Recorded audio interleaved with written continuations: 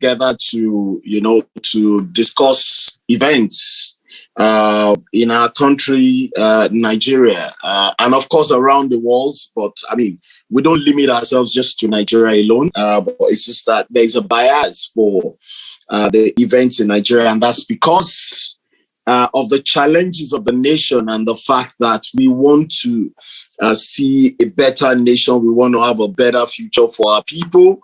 I spoke with a relative in, today, and, it was full of lamentations. It was really, really bad, and at times I asked myself, do I really, at times you are certain things that actually shake your faith, and when someone was saying yesterday that a bag of rice is about 27,000 or thereabout, I thought it had come down a bit. Someone said 27,000 again yesterday, and then the minimum wage is still 30K. So imagine getting your minimum wage, just in case, those who are strictly on that.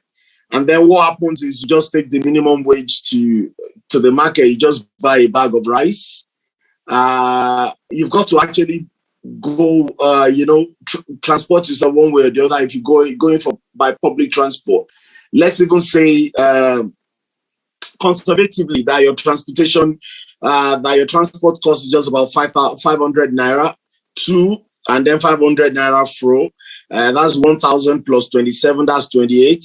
And then you can barely buy oil, to even cook the rice, talk less of meats and then what else are you going to eat during the month? And of course, you've got to go to work and do other things, and that is why, for me, more and more, 2023 is very significant, very, very significant.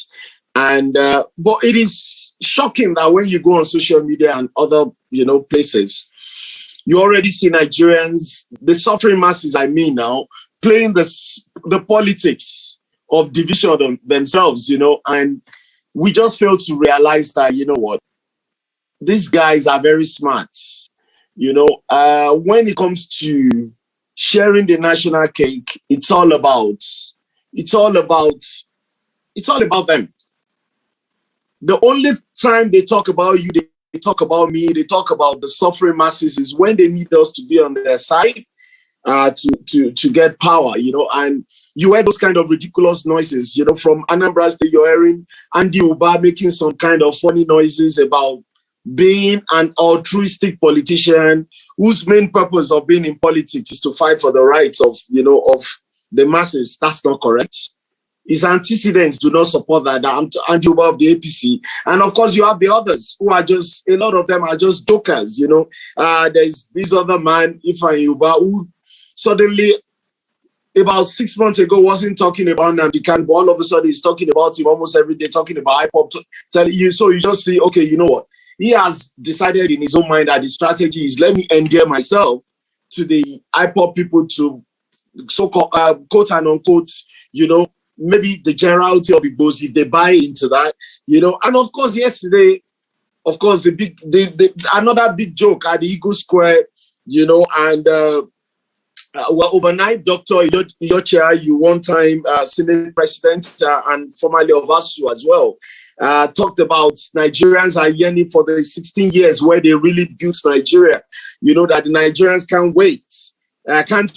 And all of a sudden, my mind went to, Alison Madueke, and all the things, and quite a lot. So it is not about political parties. It is actually about the politicians themselves. And I am praying that Nigerians, that we all get to that point where it doesn't matter whether you're APC or PDP, whether you're even Igu Party or Lion Party, NRC or SD. It doesn't matter. The important thing is, who are you and what do you bring on board, and what are your antecedents as well? What have you done in the past? And of course, it is high time we began to do away with politicians who have no forwarding address. Some of them, if they don't get anything in any political office, life is not easy for them. But, people who are professionals, who have built businesses, who have a track record of enabling, the youth, enabling making a difference in their communities, altruistic differences in their communities. Those that can actually drive progress, the progress that we actually need as a nation. And so it is my pleasure to welcome all of you tonight again. This wonderful, it is the 65th edition or external edition of our webinar, Transformational webinar series. And tonight, of course, we have a special guest in our, who will be the main person on the topic, and that's Comrade EMMANUEL Ulayi, Senior Special Advisor to the Cross River State Governor on Media, and who also, I always say, someone like this, you can actually point to certain things he has done in the past. He was the chair of the NUJ Chapel covering the National Assembly. So he was the leader of the press corps covering the National Assembly before. He's worked across various newspapers, Vanguard, and so many of them. And he's left his mark. And now he's in politics. And, even in politics, the other day I was speaking with him, and he's back in the university pursuing a PhD. So you just kind of see someone who has, who's making progress from one point to the other outside of politics and the realms of politics. So thank you so much. I welcome you. Whilst we're waiting for him, like I said, he's caught up on the road, and I've told him his background is very noisy, but I've said, you know what, if push comes to shove, just like what I said earlier, please just go ahead and join us. But I haven't said that we must kickstart today's conversation. And I'm going to start with our Secretary General. Now, the politics of 2023. And of course, I know some people made contact and were like, no, we've got to be talking today about the raid on the house of the second most senior justice of the Supreme Court, Justice Mary Odili, wife of our next governor of River State, Dr. Peter Odili. So the raid on the house in the late hours of Friday and everything. We'll talk about that next week. There's more than enough time, because between tomorrow and then, a lot more facts to come out. Of course, between yesterday, now we had the Attorney General of the Federation distancing himself, not initially distancing himself, and second, by the time he came out, his press secretary, Dr. Gwandu, came out with a second statement. He was actually putting a tinge of criminality to it and saying, well, the raid itself bears some, elements of criminality, so you can already see, because the man is protecting himself. He remembers the story of Andoaka. A lot of things happened under that government, and then the NBA, basically they just stripped him of, his one of those in the inner bar. Of course, they stripped him of so many privileges, and I think he was even banned from practicing for a while. So quite a few things. So you can tell that Malami is actually fighting for his future outside of government. But so we have more than enough time to talk about that. More facts will emerge. But having said that, there's a lot to talk about as well. When it is a fact that yes, the raid on that it cannot be defended. That's an attack on the judiciary. But then there's also that angle of why have the judiciary conferred total immunity on Dr. Peter Odili. It cannot be ordinary. Everywhere, different high courts, different things, they say, we ban agencies of government from investigating, from arresting, from inviting, in fact, the Constitution allows a sitting governor, based on precedents by the Supreme Court, a sitting governor or a sitting president to be investigated. They cannot be prosecuted, they cannot be arrested, they cannot be invited for questioning, but they can be investigated, ready, and get the file ready for when they lose their immunity.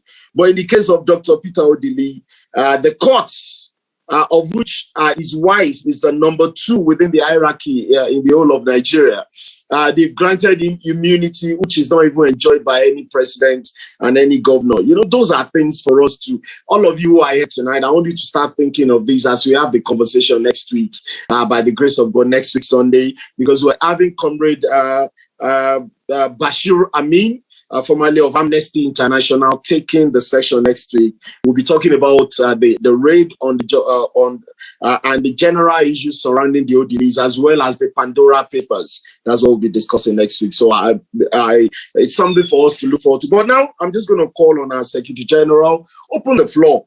Today's topic, it's one that should excite everybody because it is about our future as Nigerians. When are we going to stop? Every time myself and my secretary and our secretary would talk, he would say, Mr. Convener, Nigerians are the number one word in Nigeria now is jackpot. And when is the jackpot going to stop?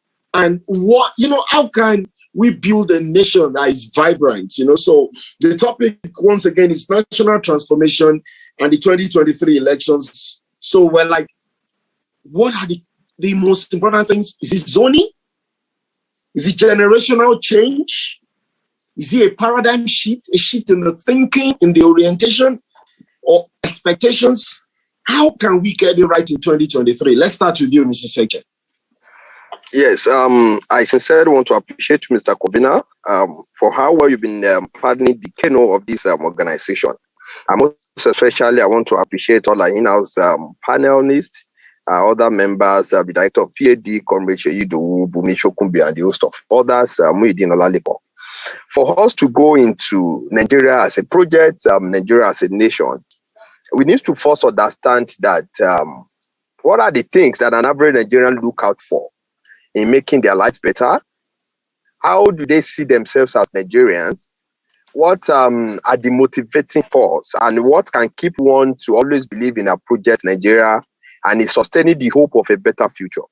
If you look at Sony, if you look at Nigeria as a whole, there's no doubt to confirm and say that there is an urgent need for us to have a paradigm shift. We have to change our thinking. We have to change our approach to issues. We have to ensure that we have the new set and the right set of people in governance.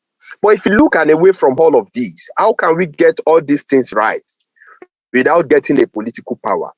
We cannot differentiate a better, approach, a better outcome in a nation away from a political power, from political, energy. And we are now looking at that. All of us have to participate politically for us to engender, for us to promote the desired change that we look out for.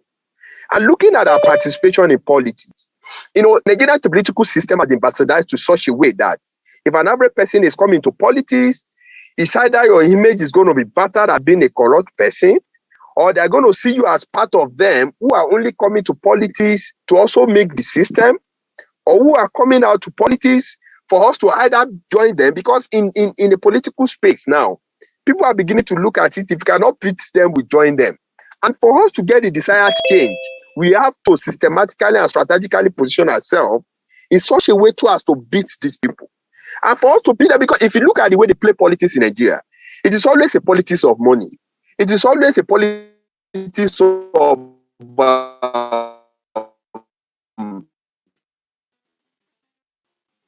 interest. Even above we cannot get things right. We cannot get things done. If you look at the recent convention held by PDP yesterday, I saw people on social media celebrating the emergence of the youth leader, a 25-year-old person as the youth leader.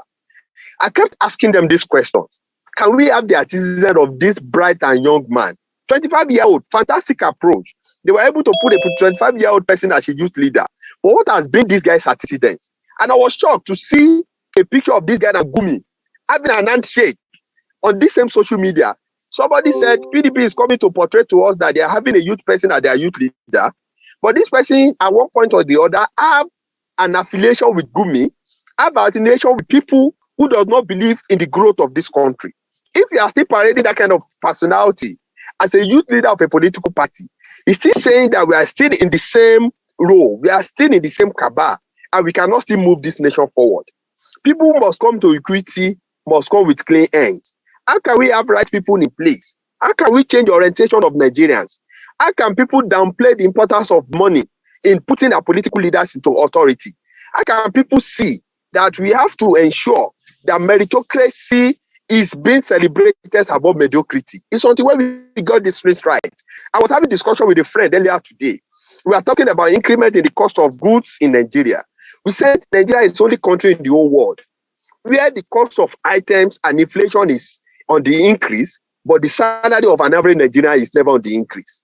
Things we buy for 5,000 naira in 2-3 years, we buy them for 12,000-15,000 naira now. And there is no commensurate increase in what people pay, in the pay that people are being paid. Nigeria is only where your take home is unable to take you anywhere in the world. And our leaders are turning their blind eyes to all these issues. They are no longer interested in the betterment or in how the well-being and standard of living of Nigeria can be ameliorated. But so far, issues does not affect them. We can see the present budget. You can see the budget being presented for 2022. You know, we see the amount of money being allocated for government house clinic. We see the amount of money being, being budgeted for logistics. We see the amount of money being budgeted for amenities in the government house. These things will continue to repeat itself. Even when Mr. President came aboard in 2015, he came with a very positive body language where he said so many things are going to be cut. He will ensure that things that are not necessary in the government house are going to be put on hold. He will ensure that, but we keep seeing a negative, perception. We keep seeing a negative approach to all these issues by a leader. It's until when we have a paradigm shift in the behavior of the people as a nation, in our attitude to governance, and most especially how we are going to, participate in political sphere, where we are going to see that we need to change ourselves. We need to ensure that the right sort of people are put in a position of authority. Until when we have these things right, we cannot move forward as a nation. If people only play on a psyche, they go into political office in the next 2-3 years or anytime we put them there, they forget the populace. And when they need them, they come back and give people 5,000-10,000 naira and we start singing their praises. We cannot continue this manner and expect to have a different approach and expect to have different people who are going to prioritize their interests want to get a position of authority. We need to change our thinking as a people. We need to change our thinking as a nation. And we need to ensure that even our leaders, when they get into a position of authority, they have the fear of God. There are people who will stay by what they mean. There are people who are going to stay by the manifestos. If you look at the political manifestos of these political parties, fantastic ideas. But when they get a position of authority, they deviate and they drift away from things that can make lives better. It was when we get ourselves together as a nation, it's not when we're beginning to think right and put the right set of people in place, we cannot get it right as a country and as a nation. Good evening, everyone. That is just my take for now.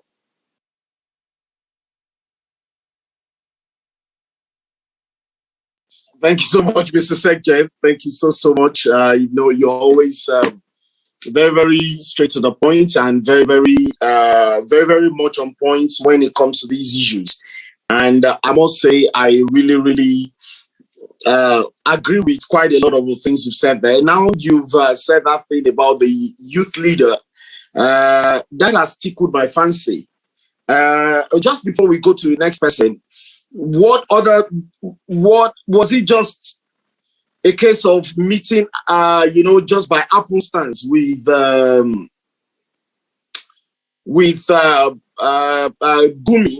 somewhere, or is it actually a case of, a kind of deeper relationship, Mrs. Sekjen? Yes, Mr. Convener, that could not be substantiated by now, but, it is only a counter reaction. When some set of people came on social media to portray that 25-year-old young man as if it's the best option that PDP could put forward.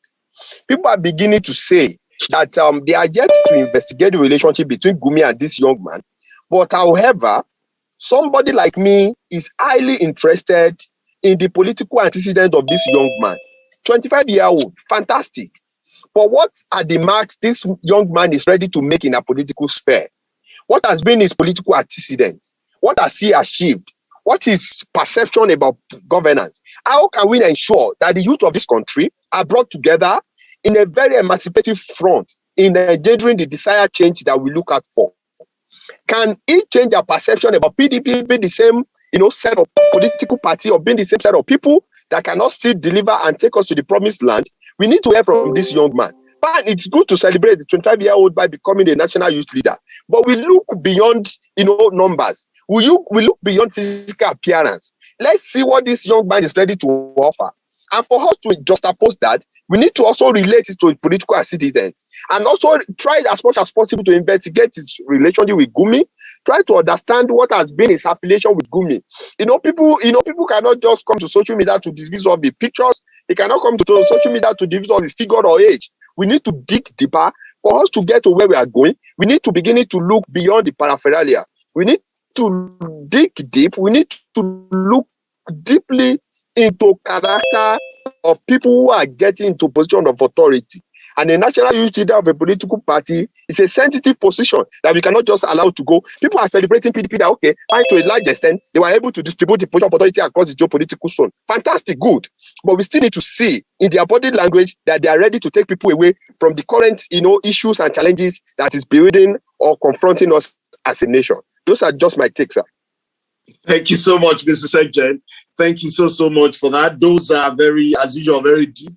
And I once again, I want to say I absolutely share those sentiments, because the fact of it is we must interrogate the background of each and every one. It is said that those who come to equity must come with very, very clean hands.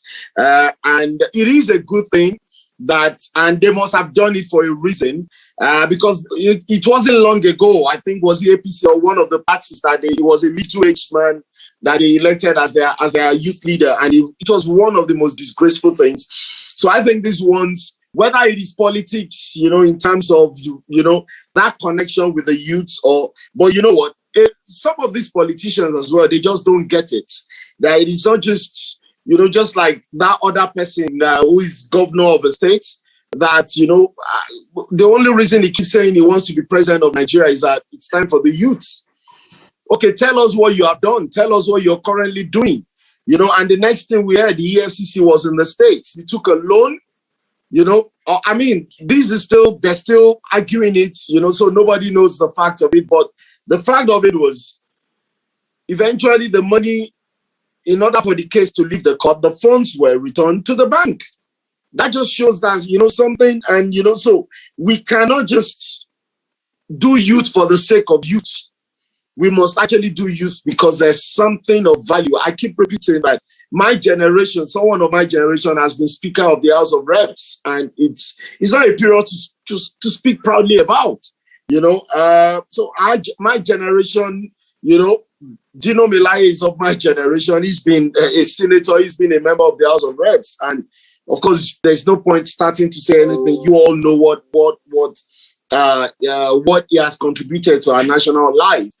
So I quite agree with those, but let us listen to others and see what, I'm going to go to the director of the PAD and try to get his take on this.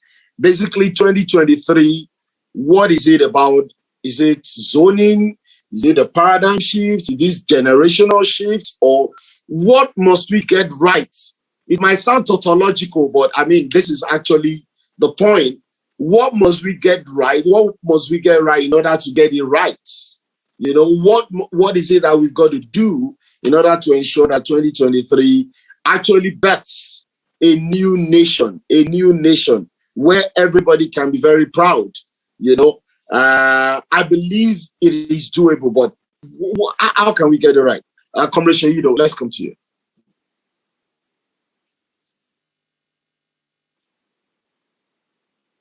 Comrade, if you want to unmute yourself. All right. Thank you, convener. Good evening, everybody. Good evening. Well, we are on a long course. On a long course, but I do hope that we will get there. If we have to look holistically at how far we have come, we would not maybe absolutely dissociate where we are from our history, from our post-independence history. It has become now very obvious that we did not think much about the ideal of government that our ancestors must have clearly expected of us. Yes, someone argued that the best of the military rule, that the worst of democracy is better than the best of the military rule. At some point, I would almost want to differ from this opinion when I see how far democracy has brought us. Really, it is unfortunate, dear convener.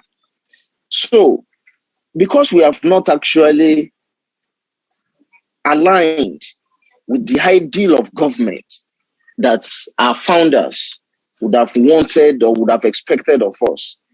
We have thus continued to fail to work sufficiently for the ideal government because we do not even understand the direction or the type of government that's actually suitable for us as a people. As it is now clear for us that all our failures to reach for that ideal government has produced an aggregate of abuse of rights.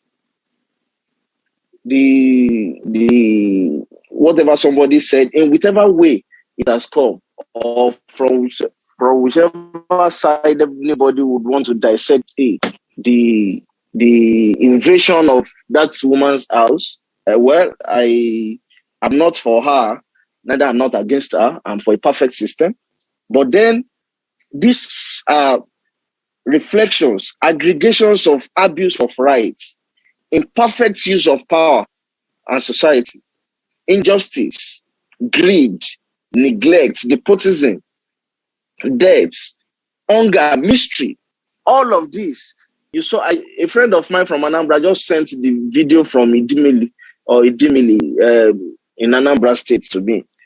You know, I started thinking all over again. He said it's because of the gubernatorial election that is coming.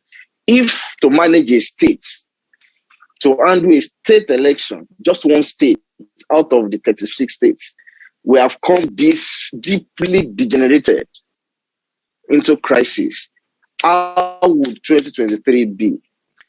A constituency, House of Assembly constituency election in my state had indefinitely been suspended because of chaos. Just one House of Assembly constituency could not be held. Right now, that seat remains vacant in the House of Assembly. All right? Because an attempt to hold that election that day saw a whole lot of missed gunshots, sporadic gunshots, that INEC had to cancel the election.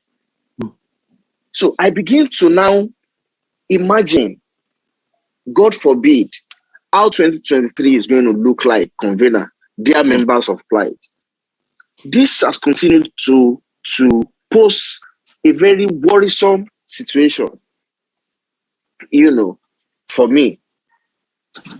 Now, the issue of the 25-year-old guy, I saw a video of him just about 10 minutes ago when he went to see the former Senate President, Bukola Saraki. The guy could barely express himself. Well, I may be too hasty to run into that conclusion. Then I started asking myself, I don't know what has become so extraordinary, because for a 25-year-old, there must be something that must be beyond the ordinary about his intellectual sagacity. Yes, it can't come ordinarily. It can't, because I see the 25-year-olds of today that I see right now. Yes, I know at that time while we were in the university, in active students movement, we were barely 24, 25, 26, thereabout. Yes. But then so many things we did not even know then. I question myself now, so many things I did then.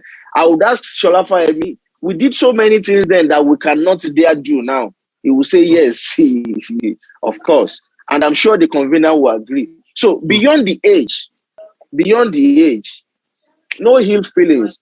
I appreciate the fact that if we can have a 25-year-old, but I assure you, for him to play that role, there must be something extraordinary, supernatural about him. Yes, for a 25-year-old, considering the complexity of the system we are right now. The deputy is over 45. That's the deputy youth leader of PDP. Now, that is not the issue. The issue now is, what is the intent of this whole idea? Is this coming from the place of sheer popularism. And when I say popularism now, a popularistic opinion where somebody will just want to score cheap political score. APC have failed to do this. If you go and look at the youth leader of APC, is 55 or is 54. Now we have been able to put a 25-year-old, and that will just be the campaign.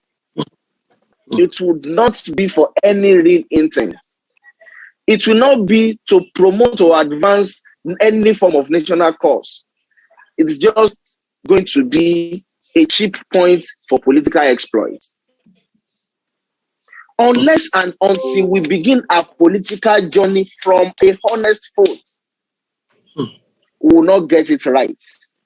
If what determines the actions we will take politically at every point in time is just for us to articulate political thoughts or to achieve political points of campaign, we are going nowhere.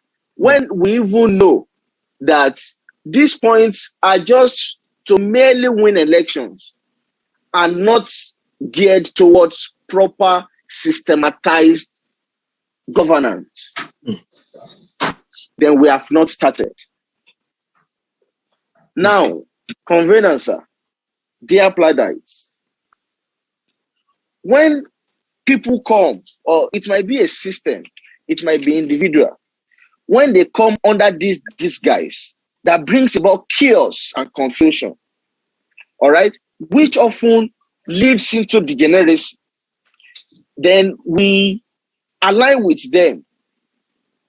Upon their emergence, at first it would appear that they have all the solution to our problems. They will take advantage of the anxious expectation of the people.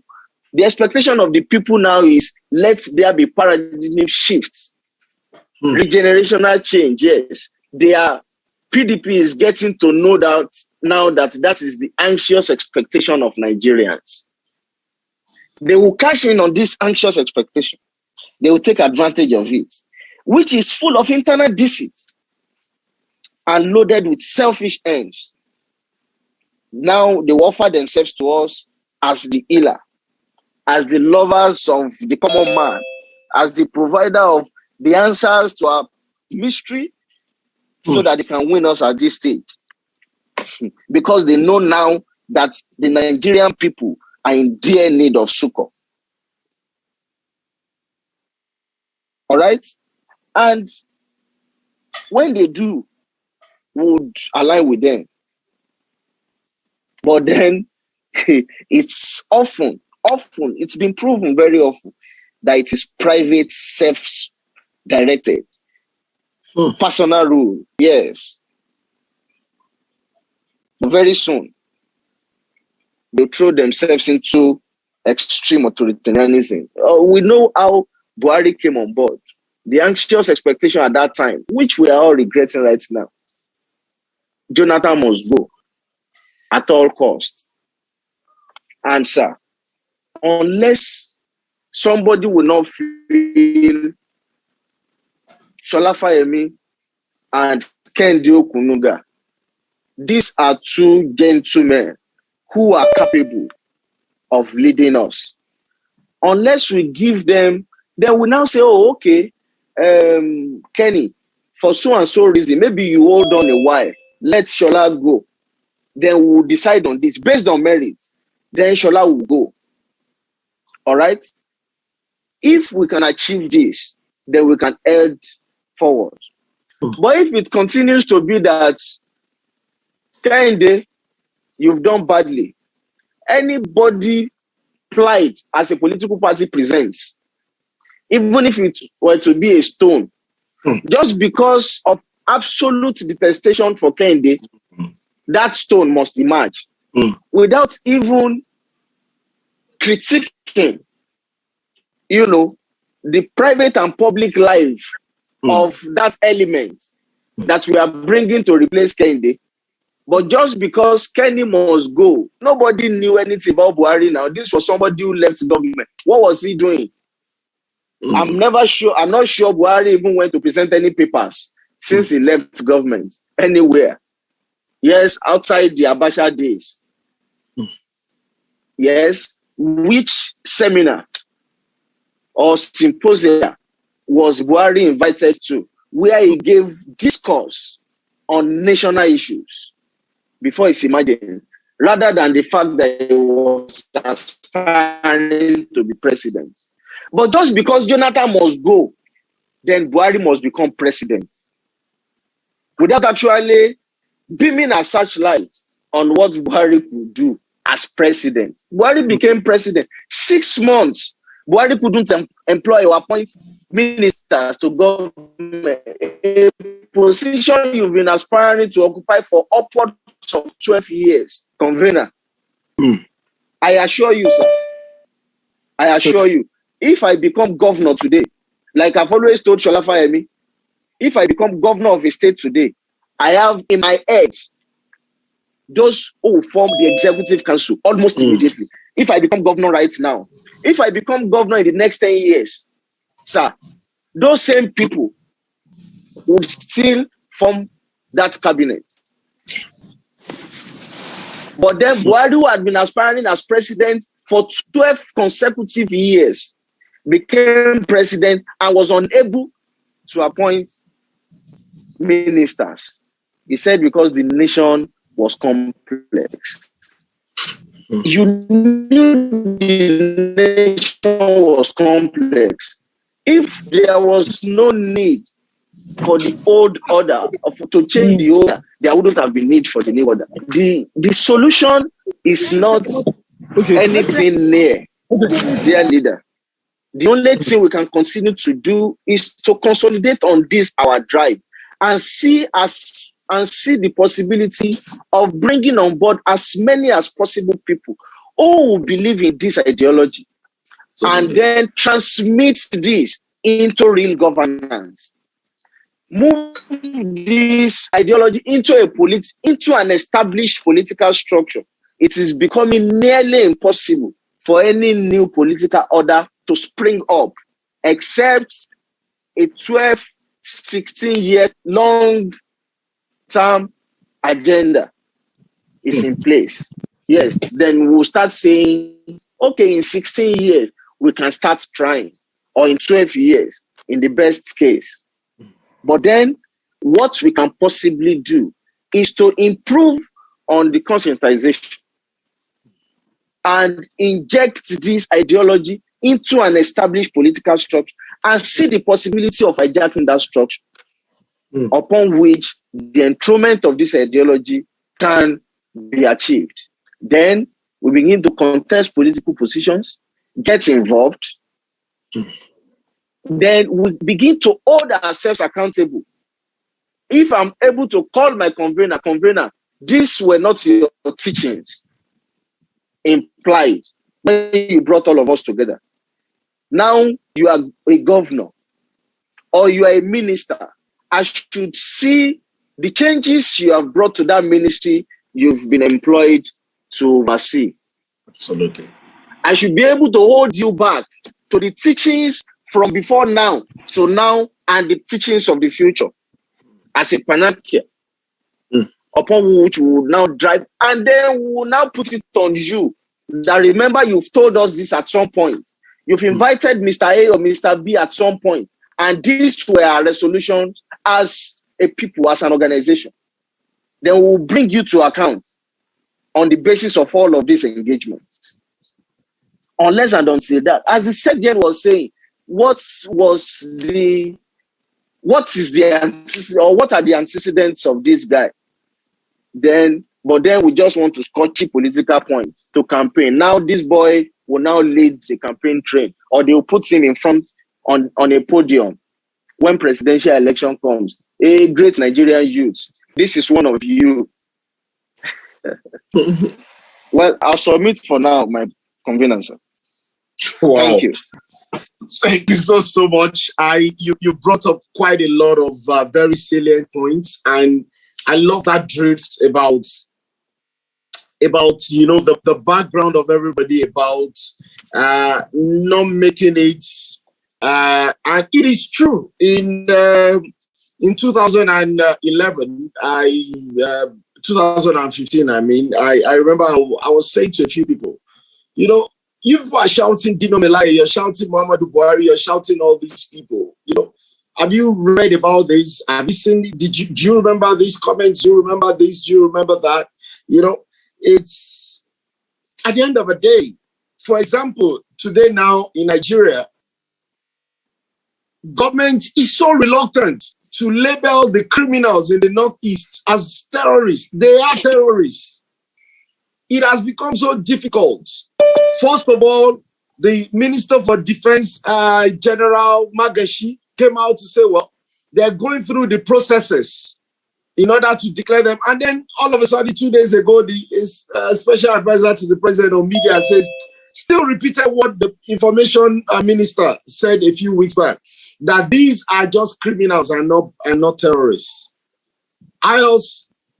People shot down a plane, people who kill, who maim, people who have made governance almost impossible, that the only way to even actually try to tackle the problem is to shut down telecommunication within Kaduna and Zamfara and quite a few other places. So imagine if you're living in Kaduna or Zamfara today, or certain areas of Zamfara, Kaduna, you can actually not do business. You cannot use a telephone. You cannot use internet except you're connected to a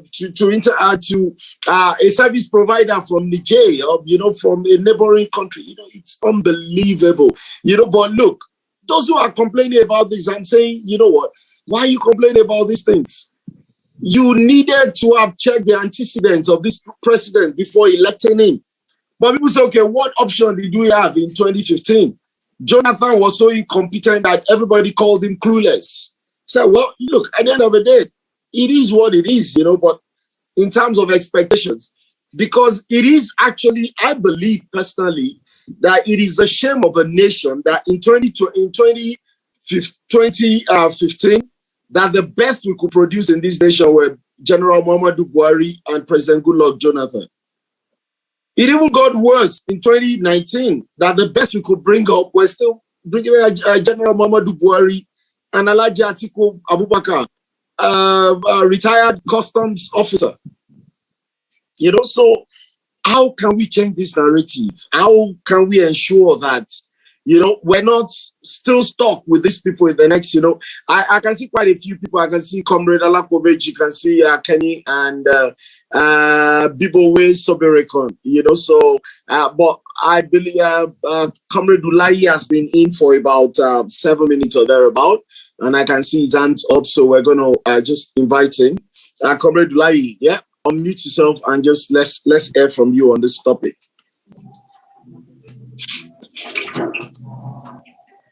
Comrade Emmanuel Ulayi, are you there? Yeah, I can. Hello? Yeah, we can hear you. We can hear you. Okay. Good to hear. My apologies. Go on. Okay. I'm joining you late because, you know, the hustle and bustle of Lagos, and I have so many assignments, and I have to spend some time to join you because this is a very salient and important issue I discussed. So it's fundamental. I don't know from the point where you want me to start. You're talking about generational shift, or what should be the focus? I mean, for us, we're trying to interrogate this. Now we're looking at 2023, the politics of it. You know, already you're talking about, you know, the zoning issue has become so. Yesterday now, you know, let's look at the PDP, for example. The whole idea was that, you know what, they didn't want to, you know, you could tell that it's such a controversial issue that they do not even know how to approach it. And that's why they said, well, let's just zone the national offices first. And then they did it in such a way, well, what we read in the press, I believe those are true because they've not been controverted. That, well, if the presidential candidate emerges from the north, then Dr. Yochia Ayu will step down. That's the man who emerged as the national chairman of the party earlier today. And of course, if it is someone from the southern part of Nigeria, then he will continue in office. So that tells you the politics of zoning is really, really very strong. And of course, in the APC, you know, you already know what it is. You can see Yaya Bello in Kogi State. People are rumoring that even the vice president, they're rumoring Ashiwaju Tinubu, they're rumoring, you know, quite a lot of rumors about who Rotimi Amechi, who is interested and who is not. Of course, yesterday, former Senate President Anyim Payosanyim, you know, through his ring, you know, he's out in the ring of Anyim of Ebonyi State. So now that's the zoning thing. Generational shifts, we talked about before you joined us, we talked about Yaya Bello, who has campaigned with nothing else, for example, other than, you know what, it is time to, you know, that the solution to this problem is actually to, you know, move this down the generations, get a youth, and then the problems of Nigeria, you know, will be automatically, just once a youth gets voted, the problems of Nigeria become automatically solved. And of course, there's so many other things. There is the, you know, there's so many other angles that people are bringing into this. But, you know, but you ask a question, is it about us changing the way we think as a people? Is it about us doing things differently? And also the Sergeant and Comrade Urban actually tried to say that, look, it is not a question of we don't want this or anybody else that comes. You know, I do remember then when people were really, they had enough of President Goodluck Jonathan. I do remember someone actually saying that enough was enough, that even if, I think, was it Victor Ikpeba, former Nigerian international, said, you know, even any candidate, even if the person brings a NEPA bill as their school qualification, that they just wanted anybody but Jonathan. But of course, we've gotten anybody but Jonathan. And that's not me saying that Jonathan was, because it was under President Jonathan that the looting in the oil ministry, you know, by the former oil minister, and, you know, the other day was so embarrassing, you know, and all of a sudden, Nigeria begins to sell okrika, quote and unquote, you know, because you have how many bras? You know, you can imagine they are selling expensive braziers, you know, jewelry, so many things from a former oil minister, and they've been recovering for how many years? They've not yet finished recovering. Colonel Sambo Dasuki's case is there, where a former governor Atahiru Bafawara got millions of naira ostensibly for prayers, to do special prayers, and I'm like, you know what? There are people, you know, special prayers, you know, so over $1 billion disappeared, and they were supposed to be used to procure arms for the military. Personally, you know, an old school friend from Ejisi Ogbomoso actually died in battle because the man was left to face a colonel in the army, you know, was left to face Boko Haram on his own, because the weapons were just so insufficient against the people they were facing. So there's so many things. So when people are saying, and that was why for me personally, I found the statement by, I would have been okay, you know, with Dr.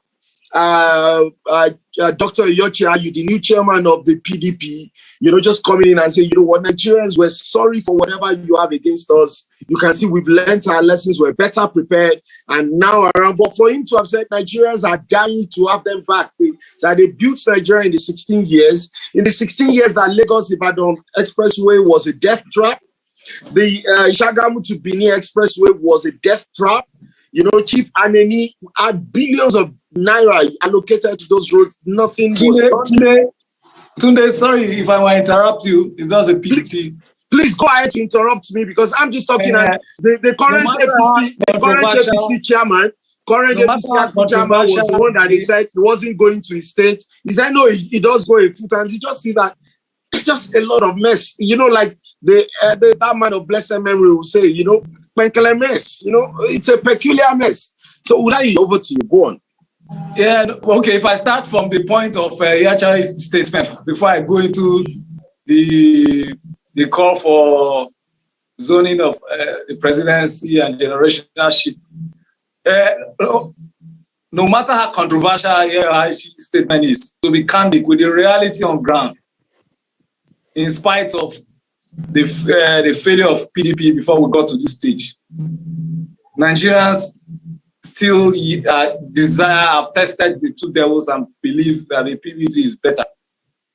Even in Lagos, where did you get that? And for me, Don't worry. You know, I've already told you about the APC. It's not, I've interacted with even in Lagos. You know, I'm coming, Comrade Ulayi. You know, I've already said to you that, of course, I gave the example of the APC chairman who is the governor of a state. At the point he was questioned. People say, you don't even go to your state for more than 5 days a week, a month. He said, no, he goes a few more times than that. You just see on both sides. But when you say Nigerians, because in Nigeria, it is very common to have a politician say, Nigerians have told us that they want us. And you go like, how many Nigerians, how many people did they speak with? So do you have empirical evidence to support that statement that Nigerians, irrespective of who they are, that they are yearning for the PDP to come back like you just said now? No. To be candid, no empirical evidence, but from interaction and somebody have been on the scene, both of them have failed the nation. And that's why the onus is on all of us, young people, Nigerians, to rise up to save our nation. And that's why the only beautiful thing that came out from the PDP convention is the election of a 25 years old as the national youth leader. APC national, we had a time APC national youth leader was a 60 years old man. And I think they have tried to, with the election of the young man, it's a clear departure that they are ready to give young people opportunity. But there's no difference between PDP, APC. Both parties has put us in this mess. In fact, APC rose to power on the mantra of change. And Nigerians, because of the failure of PDP, were eager and looking forward to that change. But rather than have a change, we have a negative change that today people are saddened. Even in Lagos that supported the emergence of the APC government, I'm surprised interacting with common people in the vehicle across, there's serious lamentation across. We want to save our country back, we want the country back. And that's why from those few samples carried out are cutting across, even from the south part of the country here. They believe that even though they are all the same, PDP was sinner. In fact, the Uber guy that brought me to where I came this and he told me that the advantage or the edge over the PDP had over APC was everybody, you had your freedom of speech or freedom and access and all that, unlike the present reality. But that's aside. Today, the issue of zoning of presidency has become so fundamental in our political space because of our ethnic diversity. And that's why we will sacrifice quality, capacity, just to have the president or governor from my area. And it does not help us. But because of insecurity, ethnic diversity, every tribe or the north or south wants the president to come from his own region, believing that's where he will have some sense of belonging. And that's the greatest challenge. Probably as our political process begins to evolve, we'll get to a level where we'll begin to look beyond where the president, or we want a president that is best for Nigeria, not the president that is from my region. But it is strong and fundamental now. In fact, I'm sure you are aware of the very strong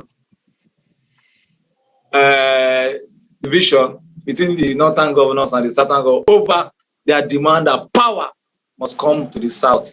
And it's only insanity for anybody to insist that power must remain in the north after what has been done.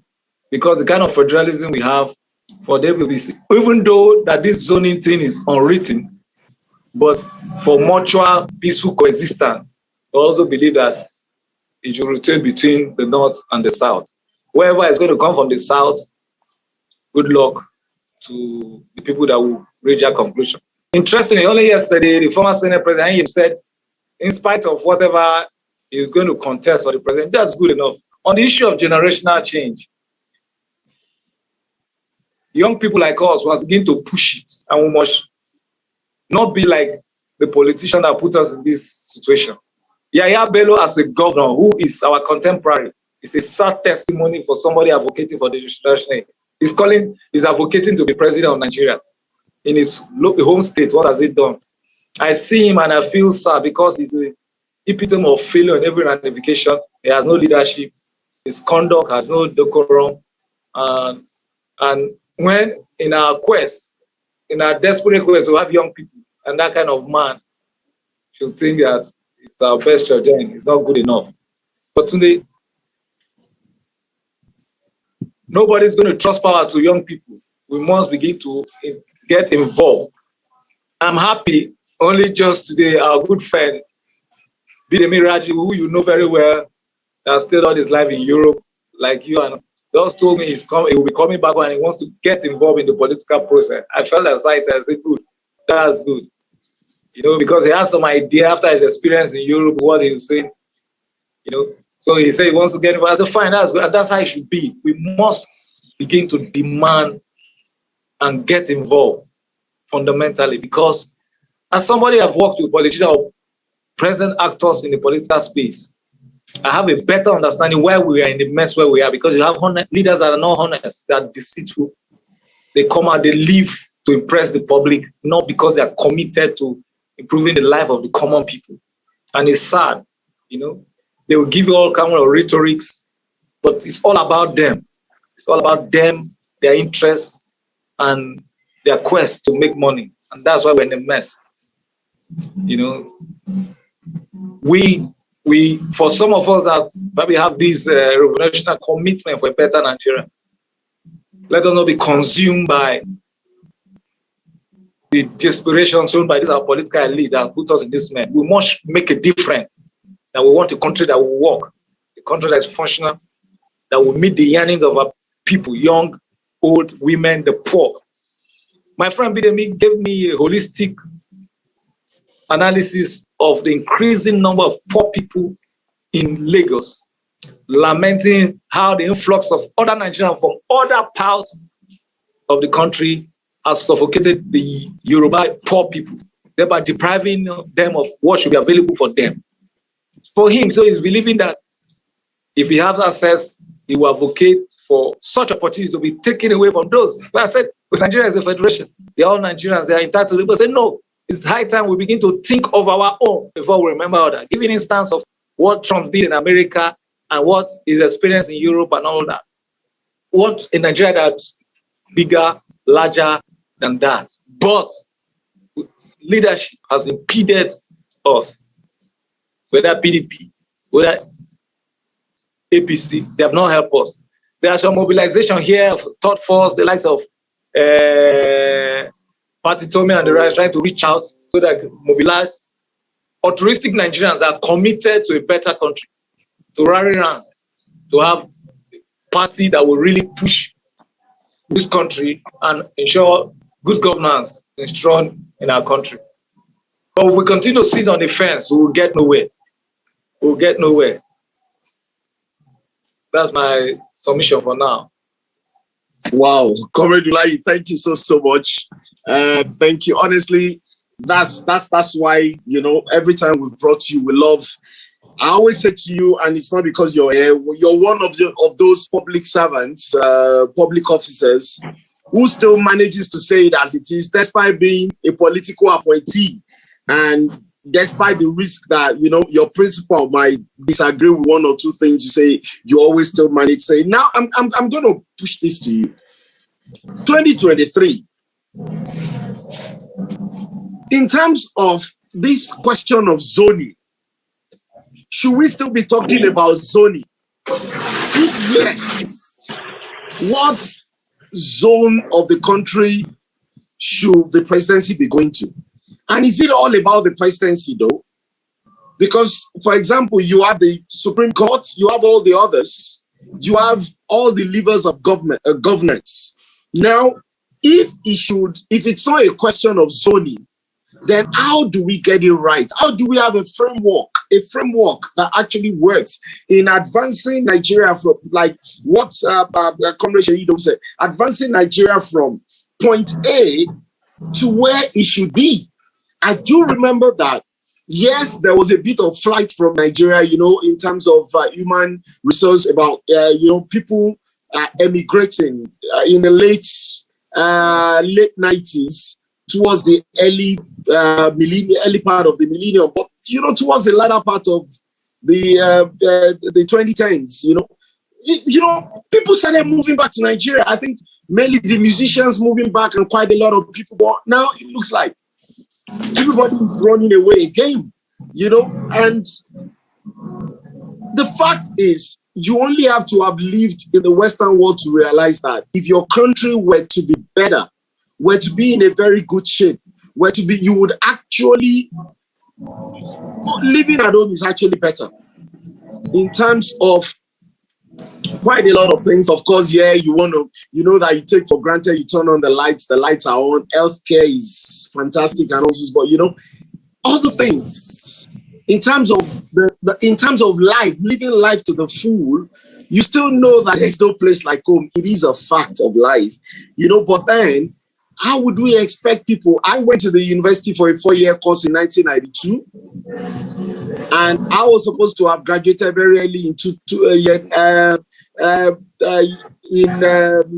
1996, and yet I was in the university till December 1997. So basically basically maybe 16, 17 months or thereabout extra in university. But it's even worse now. The ASU strike, you cannot send your child to school and be guaranteed that your child will graduate on time most times. So you don't know what is going on. So how do we, and we know a lot of these things relate to the leadership. And if people are saying, well, it is about us, it is about the question, the issue is, we need to see what Thomas Sankara did in the old Upper Volta. Many of us who were active, who grew up, you know, as activists, in our, you know, we still remember people like that very fondly. Thomas Sankara. There are many presidents that have actually brought leadership to bear on the governance of their nations in such a way that, you know, pride was restored to nationhood. Honesty was restored to national life. Things began to be done properly. Corruption became an anathema. It became the exception rather than the rule. It is doable. It is possible. So why how can we get this kind of leadership that can drive? I will use the word change. We use transformation in PLIDE because the word change is so bastardized. You use it now. In fact, you mention change now, I start suspecting you. You know, so how can we ensure that the leadership we put in place across the board in 2023 is one that reflects our desire, our yearnings to move Nigeria from a nation where people just make jest of us to a nation that truly holds its own, and that people all around the world, because you go to many hospitals around there, you go in the US, you go to Canada, you're meeting. Trust me, there was a day I got treated by this fine doctor, you know, and he just looked at me, he said, okay, he said, can I speak Yoruba to you? I said, oh, that's fine. You know, and you very brilliant. And yet every one of them, they're running away from home. So how do we get this right? How do we change the narrative? Comrade Ulayi. As long as we continue to emphasize that our leaders must emerge based on ethnicity, we will get nowhere. Look at the debate, sharp division between the South and the Northern governor over where the president should come from. We are putting aside we are putting aside quality, merit to have a president from a particular region because it suits my interests or where I come from. As long as the emphasis is that the president or the governor must come from, is determined by the North-South or ethnic divide, Tunde will continue to rigmarole. It's a dilemma. It's sad. It pains me as a young person. And by the grace of God, we've been privileged to travel to other parts of the world. We've seen how things are done. Then in our own country, we cannot have it. You are pained that 60 years after independence, we're in this mess. It's so bad that even in the state, local government, they still do all this zoning, micro-zoning, okay, among the 3 senatorial. They're not committed. If a good man, a committed man, is from a long region, because it's of the region, it will be zoned to a particular region just to have a governor, a president for that. And that's why that is what led to Buhari becoming president. At the time when there was a yearning for a new direction, but Buhari was not that man that would have led Nigeria. Nigeria is more divided today because of some of his time. We are more divided. So some of us, we were privileged to serve in the north, but today it's a no-go area. What is happening to us? What has happened to us? Today we are being careful. As long as the emphasis continue to be on that the president or our leaders, a political office holder, were evolved through the North-South dichotomy, just to pacify the interests of our diversity. We will continue to be in this mess. That's our greatest challenge. That's our greatest challenge. That is the dilemma that put us in this. That put us in this mess. Only recently, former CBN governor, the dethroned Emir of Kano, even buttressed it. That is high time we begin to look for president on merit than a president that will satisfy the interests of a particular geopolitical zone. Look at the debate today for where the president 2023 will come from. The supposed leader, look at the reaction, response of the southern governors and the reaction from the northern governor in the 21st century after 60 years of independence. Well-educated, exposed, learned people. Look at what they are projecting. What will happen to our house? That's the dilemma, that's the problem. And it's not just at the national level, even in the states, in some cases, local government, they zone it to a particular, the emphasis on zoning. Yes, the argument is that to give sense of belonging to different ethnic group because of our diversity. Nigeria is a widely diverse nation. People that had no business being together were brought together by the British for their own selfish interest. So we are being coerced to stay together. Now, today, we are trying to soften it. You know, we are trying to soften it. Look how recently the invention of Senator Mario Delizo, the worry or the fear by government is that, she will determine people that will determine the ruling as without the VAT. You understand? There are so many things that is impeding us and how we're going to get out of this mess. It's so sad that after 60 years, we are still very troubled about where the president should come from. We're not. The issue of merit is not one of the criteria. And as long as we discuss that, if we fail to discuss that, we'll continue to be in this mess. That's the greatest. And it pains me and it pains other young people. And we'll see the aftermath in the NSAS and all that. We will not make any headway. 2023 will not be any difference. After 2023, the next time will be okay. The power should go back to the north. If it goes back to the north, they're not even looking for the best guy for the job. Until we are very optimistic. And these two parties, the PDP and APC, will not give it that. Though this arrangement is unwritten, but these two parties will not give it, except we have a new direction where all Nigerians, they will be this general Yanni, and the young people will drive this process. Because our political elite from both divide will also use this ethnic thing to want to instigate crisis for their selfish interest when their interest is trampled upon. When the NSAS was going, what was sold in the north? That is a regime change. Just to get the northern people against it. And he saw that was just spontaneous young Nigerians responding to a demand for a good country and good governance. But the idea was sold in the north by the northern elites that it was a regime change against the Buhari government. Then how do you make a headway under that side of service? Now, even the interest of this outgoing government is to even have a president that will come from the south that will do their bidding. You know, we cannot move anywhere. The interest is just to have a robot president or governor that will do the particular bidding of the interests of the elites. So that's our greatest challenge. And to drive this process, it has to come out from the APC and PDP. Because for them, they will maintain the status quo of the president coming out from the north-south, from the north or the south after 8 years, 2 terms. And that's why even in the state, we say governor failing. They will say, let him finish. And even former Lucky Gbemede, father said, when they said the son did not do well, say, okay, if somebody fails, they give him another opportunity to repeat. That's how I got the second time to complete. And that's the agitation everywhere. If the governor has not done well, they will say, okay, let him finish his 8 years so that it will go to. That is the dummy being sold everywhere. And that's why we are in this mess. I feel pain personally that after 60 years, we have not made any headway as a nation. And for me, whatever I'm trying to do now is to have create a better atmosphere for my younger ones, my kids. To have a country where they can be proud of or things can work for their good. Because we have not demonstrated enough commitment. And for us to end this political dilemma, the young people must drive the process. The young people must drive the process beyond the APC and PDP. Because if we depend on the APC and the PDP, we will not get to that huru because they cannot give us that. They're not committed to giving us that.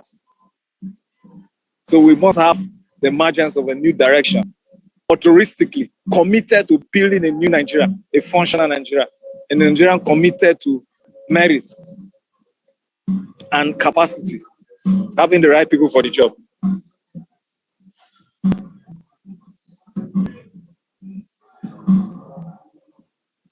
I want to thank you so much for that, Comrade Ulayi. We'll come back to you, but I'm just going to take comments. I'm seeing quite a lot of comments in the chat. You know, there are quite a few things going on there. But you know, so we're going to take a few comments and maybe questions from the audience. I can see.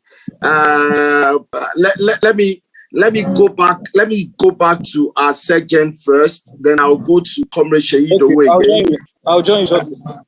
No, and then we'll go to we'll give maybe about three minutes each for each of them. You know, so that we can have an maybe they've got questions for you, maybe they've got comments and all things. Let me go back. Let me start with our section again, Mr. Section. You've heard everything Comrade Ulayi has said in total. What is your take on it, and what is your take on everything? And or do you have a different view, a different angle you will want to introduce to this? Yes, thank you so much, Mr. Convener. I want to align my thoughts with that of Comrade Ulayi and also Comrade Sheyi. But the fact we must also look as a country is this. Like I also reiterated in my earlier submission, it is until when we elevate meritocracy over mediocrity. If not, you cannot get it right. And when they're looking at a Sony arrangement in a country, a Sony arrangement in a political sphere, though it is not the right way, it is not the right approach. But if we look at it in such a way that Nigeria is now divided into 6 geopolitical zones, and if they are beginning to look at it from that angle, that okay, if the South should present somebody and they not present another person for that same political office, and considering the fact that at one point or the other, the northern side of this country have made some set of political advantage due to one or two factors or the other themselves. If you now put up 2 people from that different regions just for that political position, fine, we can always be saying that not because with the underage voting, they will come with people presenting them for different, try to get some other certain things to their advantage. If you look at that factors and some other underlying political factors, the North can continually be dictating the pace of who becomes the president or who becomes the leader in this nation. But it's until when we are beginning to look at it, okay, fine, we don't want the political office to be disadvantaged on one political area, and we want it to be in such a way that it's going to be, it will give us a political space and it give us a better platform for other regions to also push forward their best foot. That was why in the first instance, they're beginning to think about the issue of Sony. Sony might not be the best for our political space, might not be the best in betting the political transformation. But considering the dichotomy, considering the different factors, considering the population, considering so many people and so many factors we need to consider, in putting our political space in the right form, I think as it is now, Sony cannot be jettisoned. If not, a segment of this landscape, a segment of this country will continually produce the person for the office of the president. Having considered certain things, having taken some things into our political advantage, they will continue to dictate the tune. And that was why people felt, okay, if for us to make sure this power goes round, for us to make sure that the political positions go round the political space, let's put into place Sony. What we can now say is this: if they are looking at adopting Sony in their larger political space, how can we now domesticate in a different state and different senatorial districts in jettisoning Sony? If you look at Ekiti, for example, now, people are saying the North, people are saying the Central have always producing the governors of the state.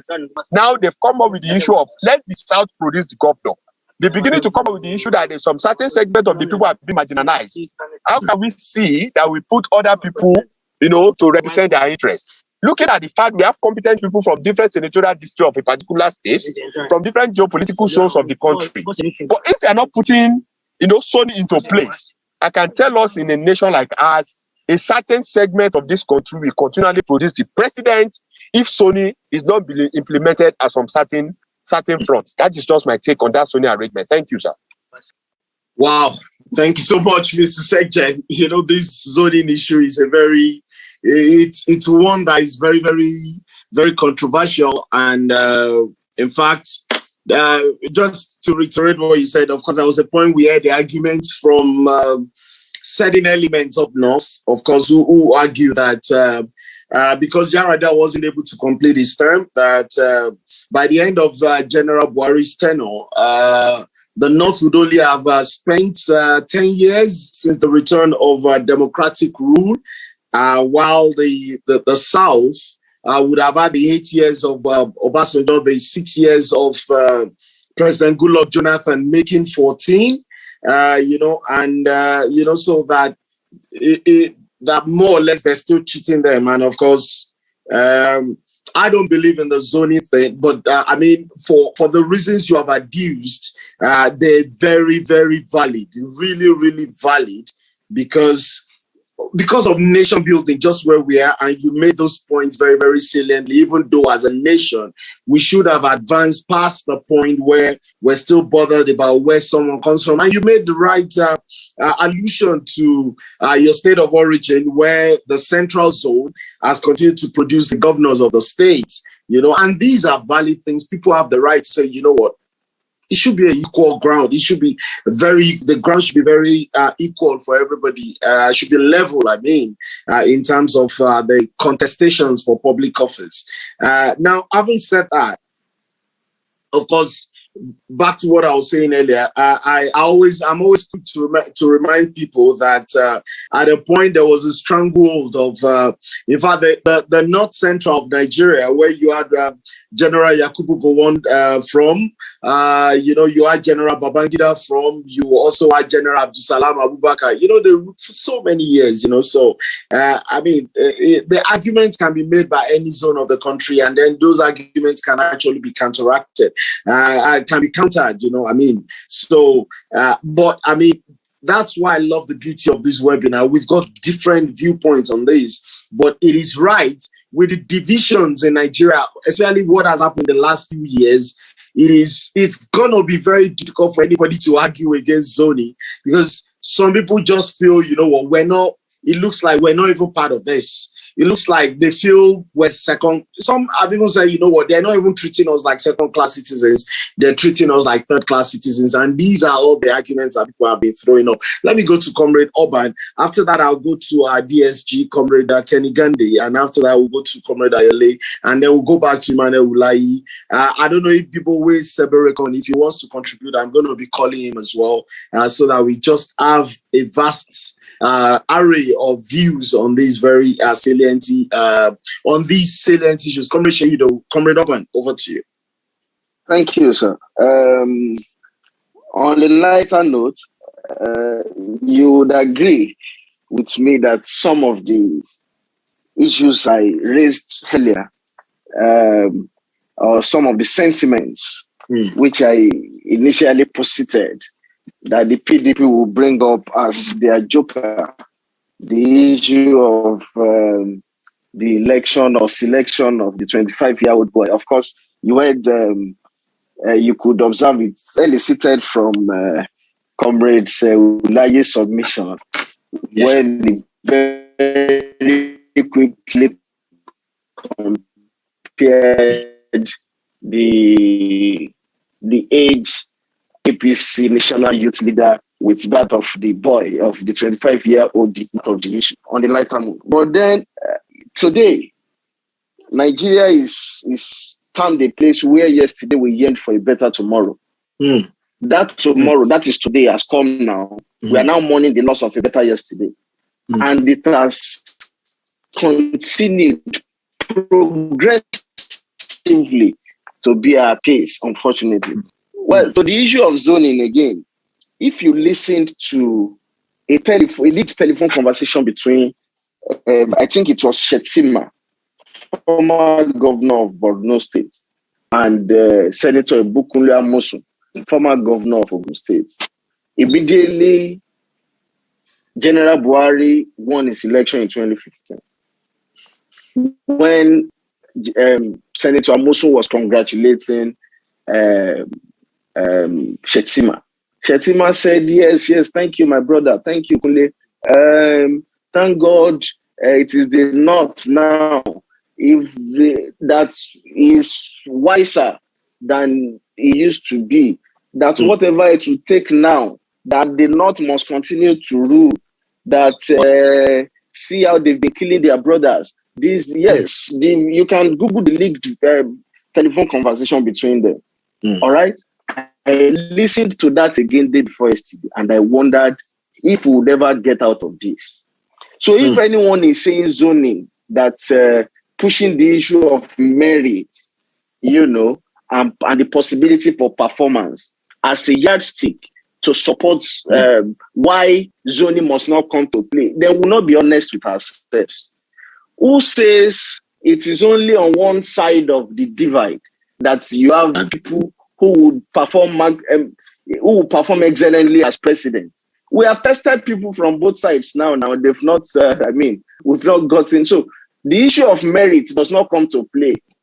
As a matter of fact, the system is what we need to re-engineer to bring about merit. There is no merit anywhere. There is no merit. What is merit? Merit is we are narrowing the conversation of merit to be individualistic.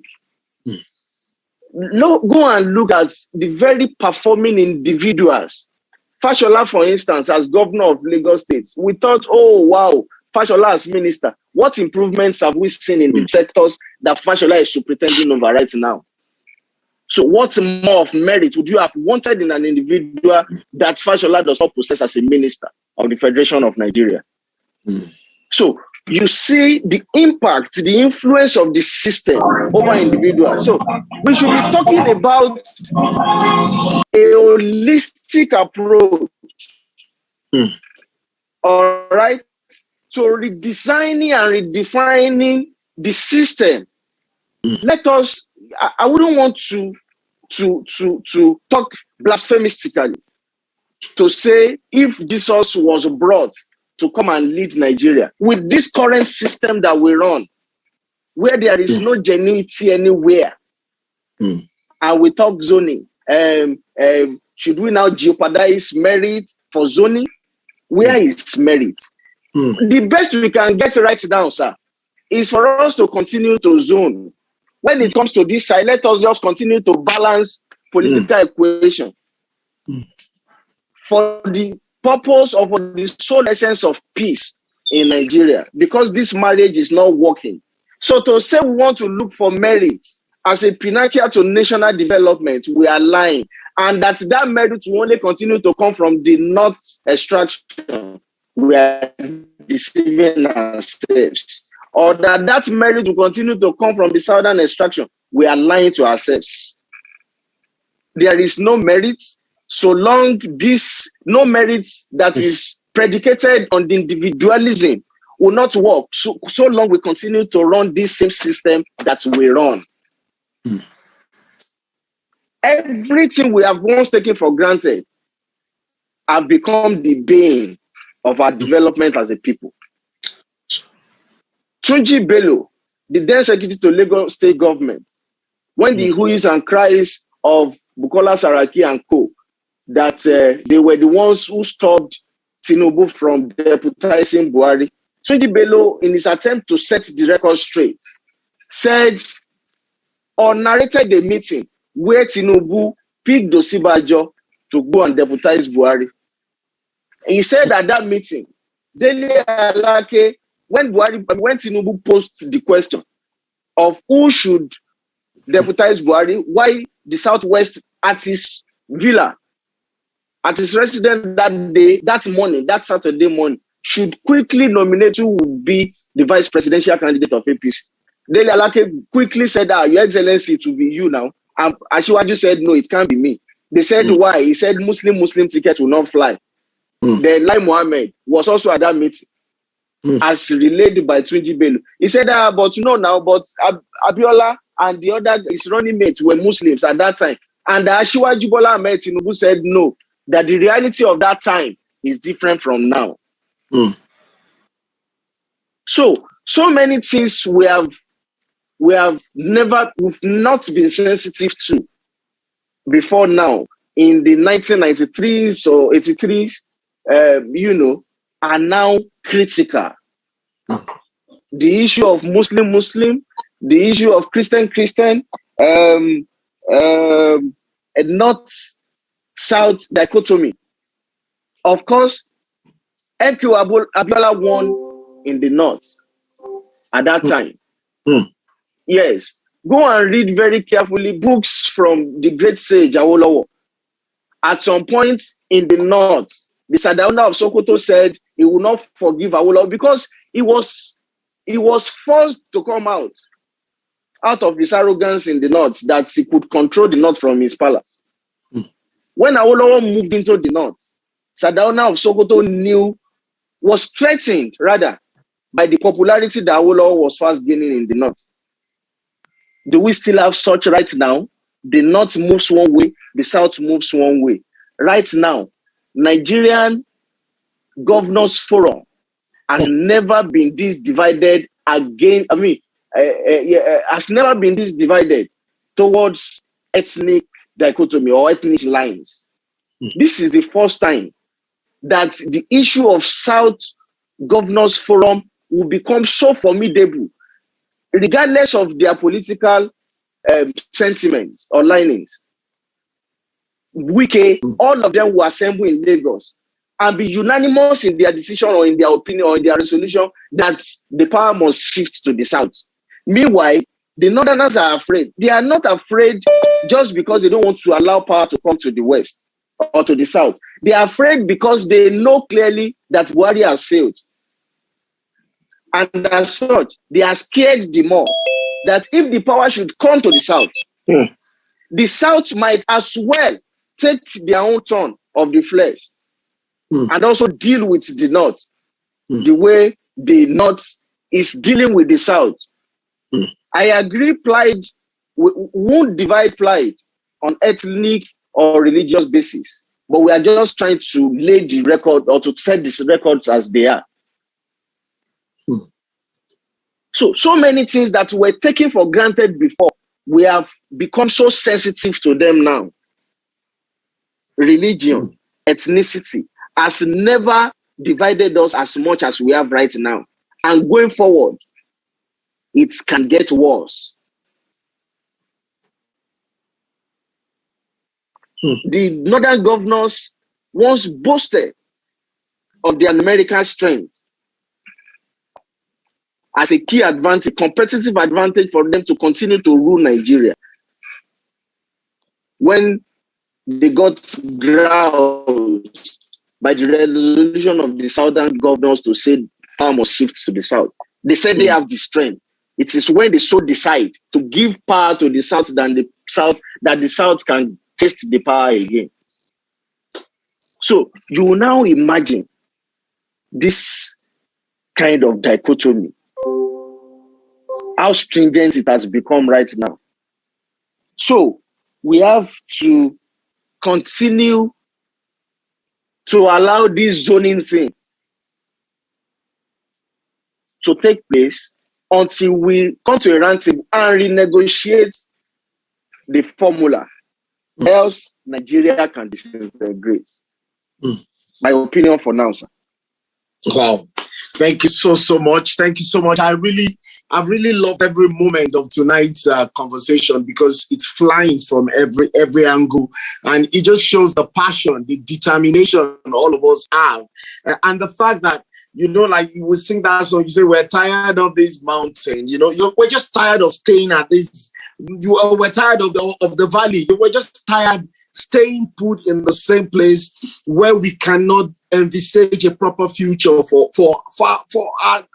ourselves, talk less of our generations after us, of our children. And, so we must, it is, I mean, you did say something about, that you didn't want to, and I'm very happy that you do, as one of our leaders, one of our senior leaders, you recognize that fact that we're very sensitive about ethnic, racial, tribal matters. But, the fact also remains that, even quite a lot of our members from the North are not even very proud of what those in the government currently do. And I think it was our SecGen that made mention, was it our SecGen or our Comrade Ulayi who made mention of the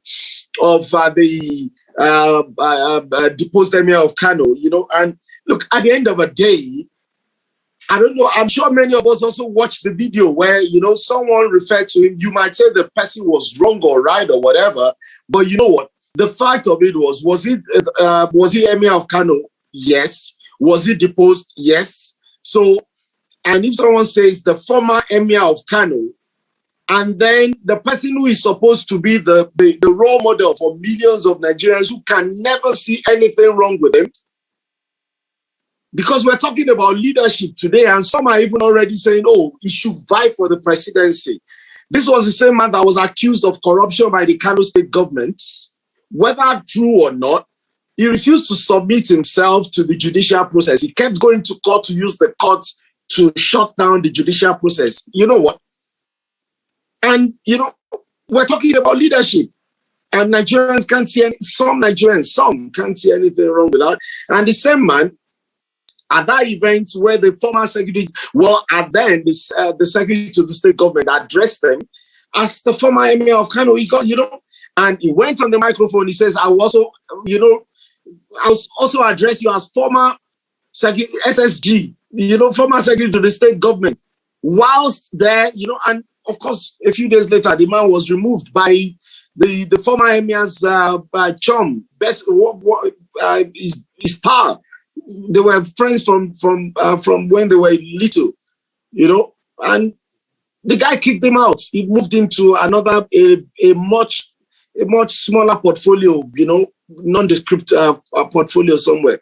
And these are the people we call leaders, So, I mean, I'm challenging the mind of somebody out there. This cannot be a leader. If someone addressed you as a former emir, if you take offense, there are proper channels and say, you know what, the circumstances of your living office, and you know what, you wouldn't expect that would be his address. I mean, he could just address you as His Royal Highness, quote and unquote, even though he's no longer, but I mean, he's still a prince. You cannot remove him. He's still a prince of the Kano of the Kano ruling houses. But having said that, he is former. And because of that, you made your best friend remove someone who addressed. So everybody who writes in their newspapers, former Emir of Kano, and now maybe if I was a civil servant somewhere in maybe Imo State or Cross River State or maybe Borno State, and I said the former Emir of Kano, then he's probably going to get angry and get his friend somewhere to remove me, to sack me from my job. It is a shame of a nation. Because of our time, let me just quickly go to, let's just quickly go to our DSG, Comrade Gandhi. We'll just give you 3 minutes because of our time. If you have something to say on this topic, just unmute yourself and let's hear you. Comrade Kenny Gandhi. Hello, good evening. Good evening. Good evening. Oh, you muted yourself again? Okay. Hello, good evening. Yes, yeah. Comrade EMMANUEL Ulayi, thank you again for coming up. Thank you for coming up again.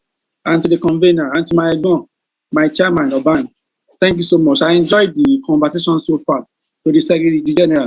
And of course, there is actually nothing really more to add because we have all, the earlier speakers, they are done justice to the topic. Nigeria is a country that has, the differences are so much in terms of the geographical structure, the numbers, even in terms of states. in terms of how many local governments are in the north, how many local governments are in the south. You know, there are a lot of things that when we put to focus, when we bring them together, when we focus on them, we continue to agree or to admit that zoning is the way forward. But while we are more particular about zoning these days, very recently, it's because of bad leadership. Ekiti, for instance, people in Ekiti South are saying they want governor, they want one of them to become governor. If there are good roads in Ikere, and the roads from Ise to Ikere, and some other places around that place are very good, are like express. If there are pipe-borne, if there is pipe-borne water in Ikere, and some other places in like Ise Orun, in Ekiti South, if the dividends, what I'm trying to say is that if they are enjoying the people there, regardless of whether they have produced a governor before or not, if they are practically enjoying the dividends of democracy, the agitation will not come up. Why people agitate is because they feel they are being cheated. That is why people come out to say that they also want to produce they want to produce governor, they want to produce president. For me, in my head, in my own head, as Kenny, I do not believe in zoning. I do not think zoning should be, but not putting Nigeria into focus now, but in my head. The reason is that zoning even cheats the good heads, many good heads. For instance, if tomorrow, somebody like Tinubu, Asiwaju Bola Ahmed Tinubu, becomes the president of this country from the south, he's from the southwest, and maybe he spent 8 or 4 years, it goes back to the north. Now, coming back to the south, it will not come to the southwest again. Now, where do you want to put somebody like you and I?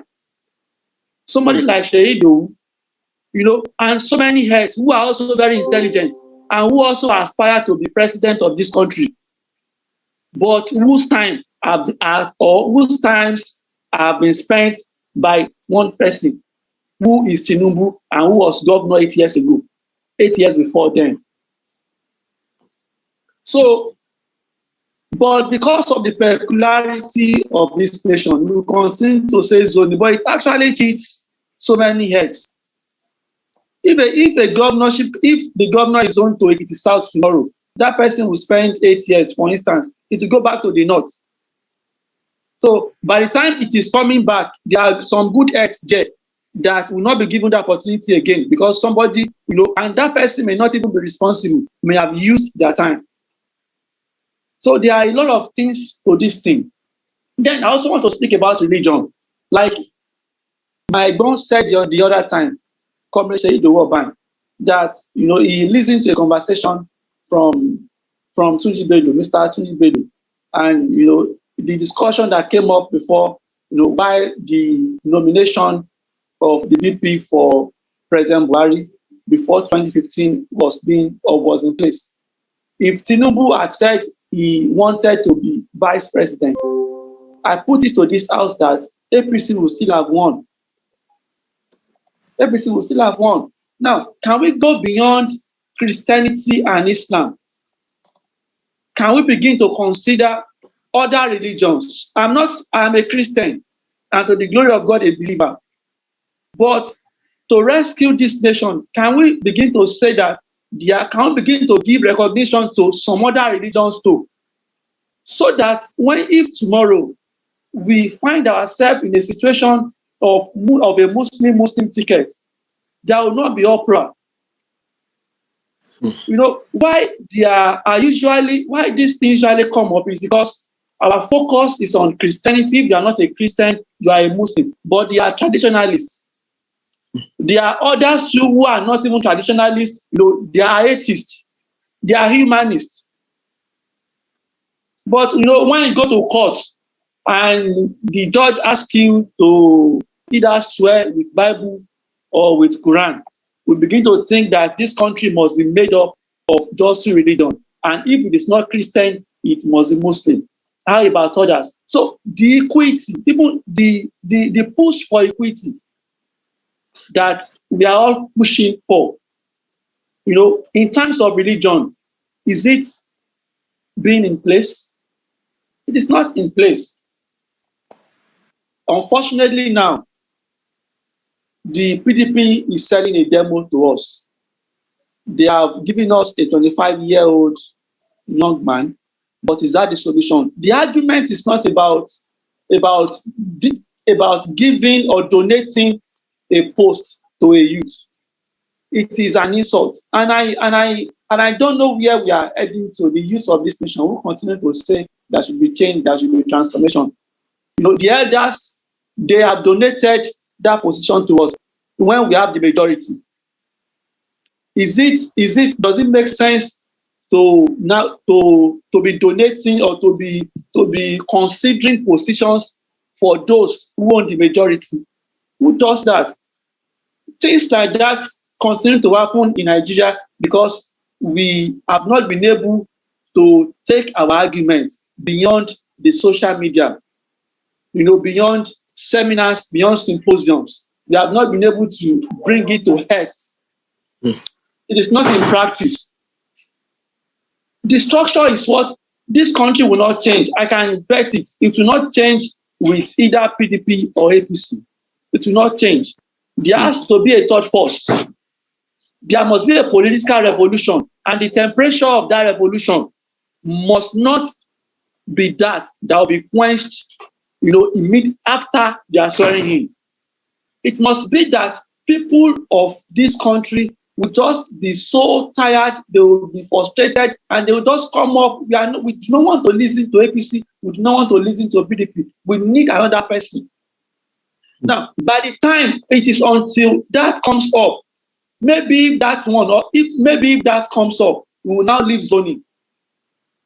We will now leave zoning because, of course, if that comes up, by the special grace of God, good governance will be in place. So whoever now wants to succeed, that person will be someone who actually has that merit and who actually has what it takes to lead this country. There is nobody in PDP that can rescue this country.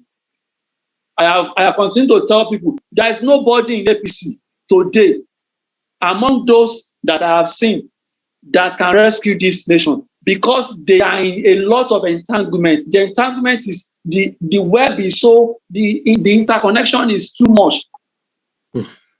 And they have their hands in so many things. They will not rescue this country. Nigeria will not change in 2023. What we will only have in 2023 is just a change of person or change of persons or some people in the presidency. It will still be the same. The third force must emerge.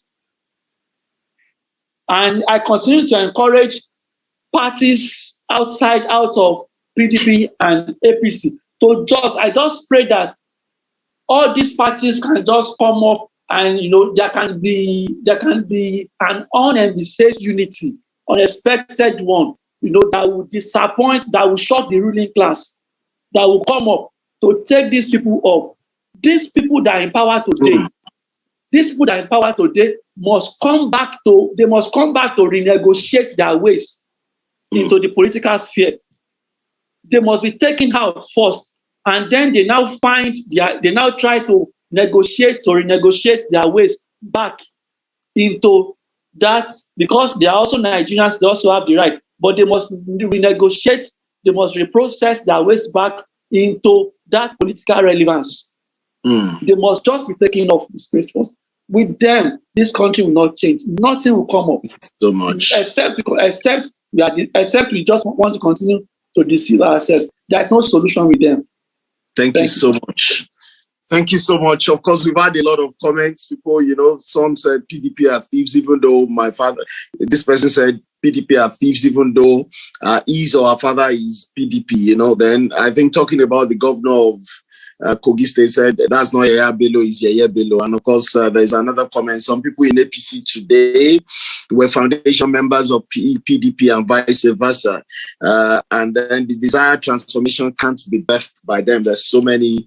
And it's been very, very interesting. I wish we had more time on this, but because we need to, the two people who have been part of this conversation for long, that I still need to quickly call before we end it. I believe Comrade Ulayi has run into connection issues again, so we're not bringing him back on this. But I have to go to Comrade Ayole and Bibowe Soberekon. But let's start with Comrade Lukman. Comrade Lukman, let's have your take on this, and then we'll go to Bibowe, and that should be it for today. I can see ahead of media and a few other people, but unfortunately I won't be able to call them because of our time yet. So, Comrade Lukman, let's hear from you. Yeah.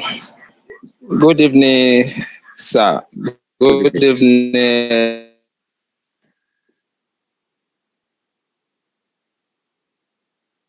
Comrade Lukman, if you can everybody in the house. Oh, okay, go on. I joined. But what, Comrade, sir? I want to go by what my brother, Comrade Shola said on zoning. Yes, it is true that we can't do without zoning. If not, some set of region will continue to rule this nation. If you could remember, sir, I said something during the just concluded the local government election in Lagos State. Election that took place here in the Southwest. And we have the Northerners coming out in their large numbers to vote. Yet, our own people are there, not coming out.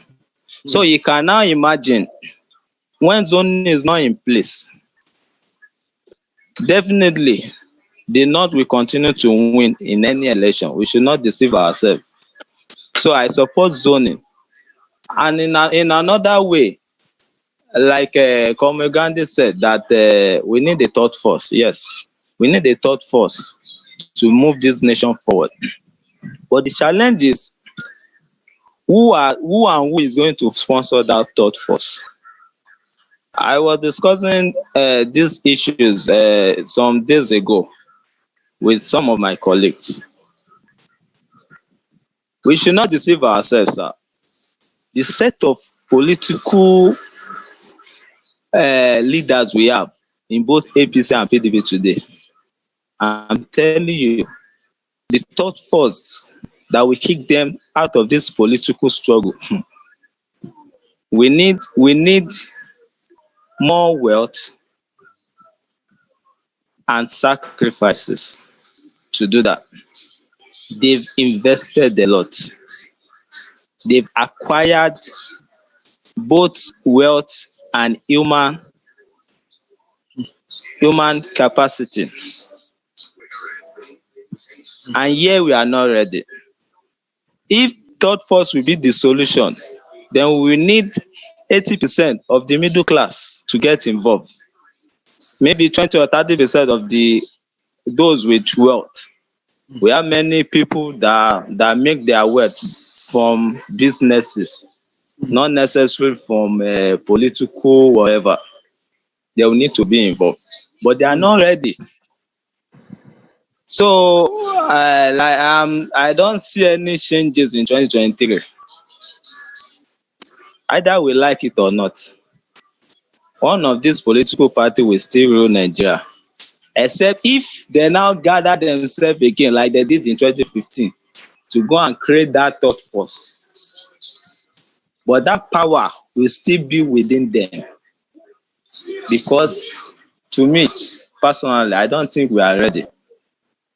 And there's no sign. So let's see, maybe after 2023, maybe we will wake up and do the needful.